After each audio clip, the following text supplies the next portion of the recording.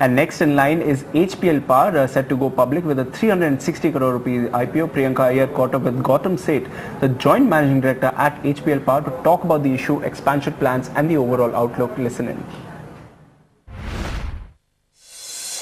We are looking to raise 361 crores, and out of which we have a term debt of 130 crores. So 130 would go into that. 180 crores we are putting for the margin money for our working capital requirements. The balance would be for general corporate purpose. Okay. And sir, are there any expansion plans which you will be, doing going forward post the IPO that you can tell us about? In the last 5 years, we have done a lot of capex, and we have set up 3 new manufacturing units. We have upgraded our existing units. So in terms of capex, we don't find any major capex to happen in the next immediate future. But there is a lot of product developments which are going on, and as the economy is moving, the way the industry is moving in a positive direction, we would find our capacities to be better utilized, and therefore we can exploit those kind of opportunities. So how will be the shareholding pattern post the IPO? Will there be any PE investors, and how much will the promoters be holding? No, there is no PE investor, and this is a primary issue what is happening. So till now it has been 100% held by the family, and now going forward the dilution is about, I think it's 27 point some percent, and so the balance would be held again by the family and the promoters. Yeah.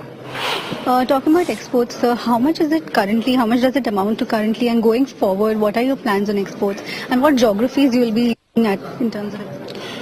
In terms of geographies, we have been exporting to the African countries and the Middle East. And now when we so our focus would also remain there, but also would move on to the SAARC countries and also to the Southeast Asian markets.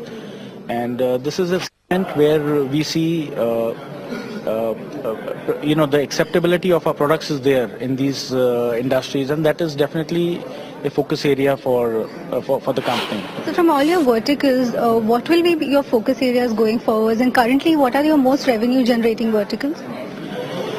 Our focus is very strong on all the 4 product verticals, and in terms of, because we have specific factory teams are quite focused, so our focus would largely remain on all the 4, whether it's metering, switch gears, lighting, or wires and cables.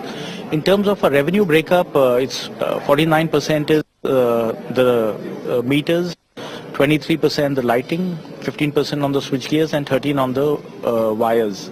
So in terms of a lot of new technologies happening, a lot of other things, so our focus will remain in each of them. If you see the market is growing, so we are seeing a big push coming in the market, because the market is expected to grow exponentially from here. Smart meters are coming, so that's again a good for the industry.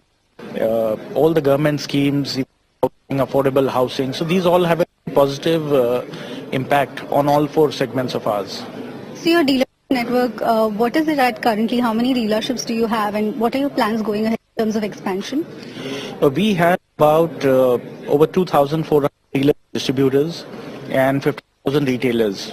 So continuously our teams are working on expanding that network, and so it's a continuous process, and we even find now that there are big dealers in the trade are looking to join hands with us and become our dealers. So there's a lot of interest coming in from the trade for companies like us.